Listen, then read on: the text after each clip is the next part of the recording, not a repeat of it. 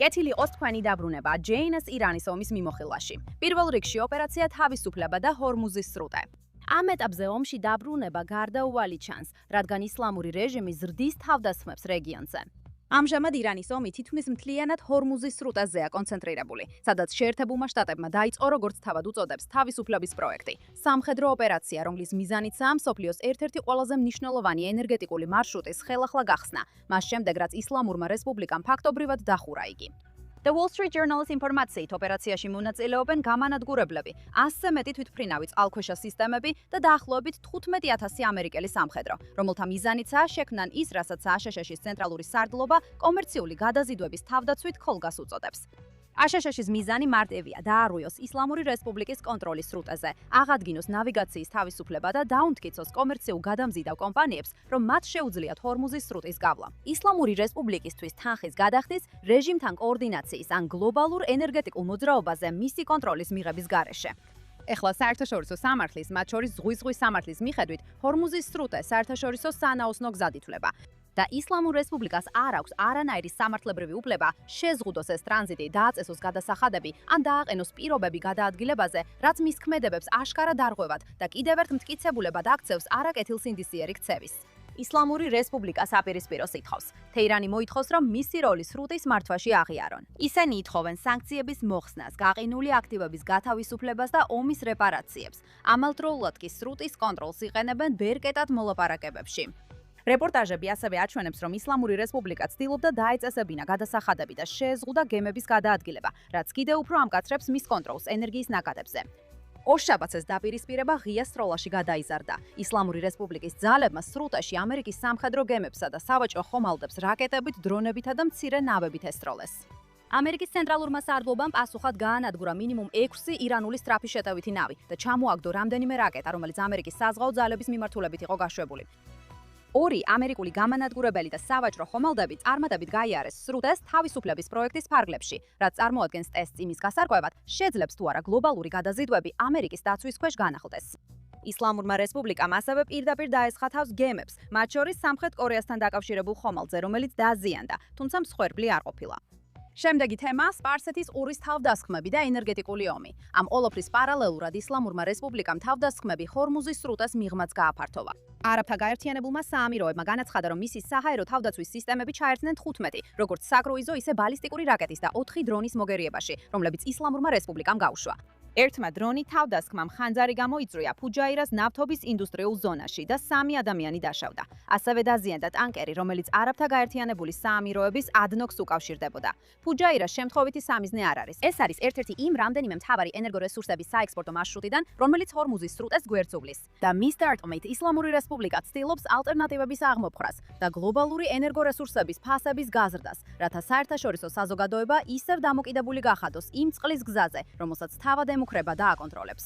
რეჟიმა ასევე დაარტყა ომანს ამ თავდასხმების ფარგლებში, გავრცელდა ინფორმაცია საცხოვრებელ შენობაზე დარტყმისა და მრავალი დაშავებულის შესახებ. არაბთა გაერთიანებულმა საამიროებმა თავდასხმების სახიფათო ესკალაციად შეაფასა და განაცხადა, რომ იტოვებს პასუხისგაცემის უფლებას. რამდენიმე სპარსეთის ყურის სახელმწიფომ და დასავლეთის რამდენიმე ქვეყანამ დაგმო თავდასხმები, თუმცა აღსანიშნავია, რომ არ გამართულა არაბთა ლიგის საგანგებო შეხვედრა და არც განცხადებულა ოფიციალური დაგმობა, ხოლო რეგიონული რეაქცია თავდასხმების მასშტაბის მიუხედავად შეზღუდულია.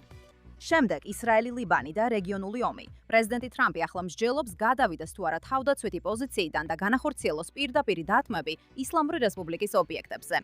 მისი მთავარი მიზანია აიძულოს რეჟიმი დათმობებზე წავიდეს უფრო ფართო შეთანხმების მისაღწევად, თუმცა ექსპერტები აფრთხილებენ, რომ ეს სტრატეგია შესაძლოა მცდარი იყოს. ისინი ამტკიცებენ, რომ ისლამური რესპუბლიკა რეჟიმის გადარჩენას ეკონომიკურ ან ადამიანურ დანაკარგებზე მაღლა აყენებს და ნაკლებად სავარაუდოა, რომ ზეწოლას ტრადიციული გზებით უპასუხოს.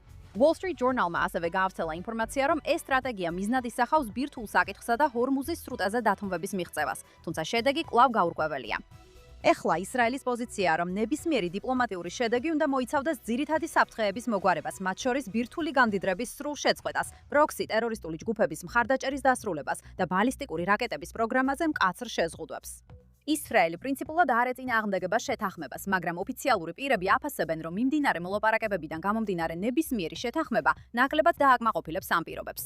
ისრაელის თავდაცვის ოფიციალური პირები ასევე აფრთხილებენ, რომ ირანის ისლამურ რესპუბლიკასთან პირდაპირი კონფლიქტის განახლების უფრო ფართო საფრთხე რეალურია, რადგან მათი შეფასებით ნებისმიერი დროებითი დეესკალაცია შეიძლება სწრაფად გადაიზარდოს რეგიონულ ომში. ეხლა ისრაელის თავდაცვის ძალებმა განაცხადეს, რომ ისინი ემზადებიან დამატებითი რაკეტებისა და დრონების თავდასხმებისთვის სხვადასხვა მიმართულებიდან და შესაბამისად გააძლიერეს საჰაერო თავდაცვის მზადყოფნა.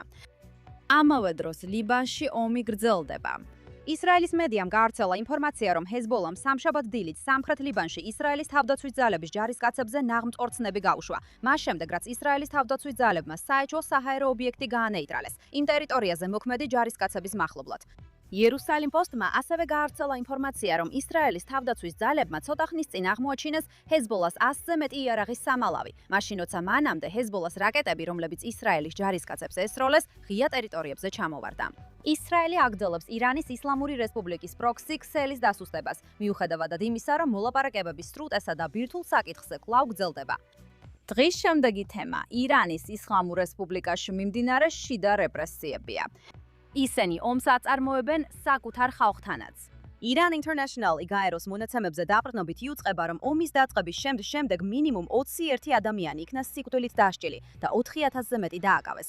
მათგან ბევრი ეროვნული უსაფრთხოების ან პროტესტთან დაკავშირებული ბრალდებებით, წამების, იძულებითი აღიარებებისა და იძულებითი გაუჩინარებების შესახებ ცნობებით. ბოლო რამდენიმე დღის განმავლობაში დამატებითი სიკვდილით დასჯის შემთხვევებიც დაფიქსირდა, მათ შორის იმ პირების, რომლებიც ჯაშუშობაში ან ისრაელთან კავშირში დაადანაშაულეს, ხოლო სასამართლო ხელისუფლება საჯაროდ აფრთხილებს, რომ არავითარი შემწყნარებლობა არ იქნება. Iran International-მა ასევე გაავრცელა ინფორმაცია, რომ ჰესამ ალადინი 40 წლის ორი შვილის მამა გარდაიცვალა. მას შემდეგ, რაც უსაფრთხოების ძალებმა სასტიკად სცემეს, რადგან სავარაუდოდ Starlink-ს იყენებდა ინტერნეტის გათიშვის ასარიდებლად. ეს უკვე 8 კვირაზე მეტია გრძელდება. ეს შემთხვევა კიდევ ერთხელ აჩვენებს რეჟიმის შიშს ინფორმაციის გავრცელების მიმართ და მის მზადყოფნას გამოიყენოს სასიკვდილო ძალა კომუნიკაციაზე წვდომის გამოც კი. ამავე დროს ირანში ეკონომიკური ზეწოლა ძლიერდება. გავრცელებული ცნობებით ინფლაცია 70%-ზე მეტია, ვალუტა კლებულობს და საკვების ფასები იზრდება, რაც საზოგადოებაში მზარდ უკმაყოფილებას იწვევს. დისიდენტური მედია საშუალებებისა და აქტივისტების თქმით, ბევრი ირანელი ამჟამინდელ პერიოდს პოტენციურ გარდამტეხ მომენტად მიიჩნევს და სჯერა, რომ სამხედრო დაპირისპირებების გაგრძელება რეჟიმს დაასუსტებს, ან შესაძლოა საერთოდ დაასრულოს იგი. და ბოლოს ანტისემიტური თავდასხმების საზღვარგარეთ და რეჟიმის ჩრდილოვანი ომი. ეს ომი მხოლოდ სპარსეთის ყურეში, ლიბანში ან ისლამური რესპუბლიკის შიგნით არ მიმდინარეობს. ის ასევე ვრცელდება ებრაულ თემებზე საზღვარგარეთ. ამ კვირაში გაერთიანებულ სამეფოში 2 ებრაელი დაჭრეს, რასაც ხელისუფლება ანტისემიტურ თავდასხმად იძიებს, რაც ებრაული თემებისთვის უსაფრთხოების მზარდ შეშფოთებას ამძაფრებს მთელ მსოფლიოში. ნიუ-იორკში რამდენიმე სინაგოგასა და კერძო სახლს ანტისემიტური გრაფიტი დააწერეს ღამით, მათ შორის იყო სვასტიკები და მუქარის შემცველი შეტყობინებები, რომლებიც ტერორისტულ ჯგუფებს აქებდნენ. ამავე დროს ირანის ისლამურ რესპუბლიკასთან დაკავშირებულმა ჯგუფმა, რომელიც საკუთარ თავს ჰარაკათ აშაბ ალ-იამინ ალ-ისლამიას უწოდებს, აიღო პასუხისმგებლობა ევროპაში განხორციელებულ რამდენიმე ანტისემიტურ თავდასხმაზე, მათ შორის ებრაული ობიექტების წინააღმდეგ ჩადენილ ცეცხლით წაკიდებით განხორციელებულ თავდასხმებზე. მათ ასევე დაემუქნენ დამატებით ქმედებებს, როგორც ისრაელის, ასევე დასავლეთის ინტერესების წინააღმდეგ. უსაფრთხოების ანალიტიკოსები ამბობენ, რომ ეს ორმაგი საფრთხის გარემოს ასახავს. ერთი მხრივ ირანთან დაკავშირებული კოორდინირებული ქსელები და პროქსი ჯგუფები, რომლებიც ფორმალურად მოქმედებენ როგორც ფართო ჰიბრიდული ომის სტრატეგიის ნაწილი. მეორე მხრივ იზრდება ეგრეთ წოდებული მარტოხელა მგლის დილის ტიპის თავდასხმები, რომლებიც პროპაგანდითა და გამწვავებული რიტორიკით არის შთაგონებული.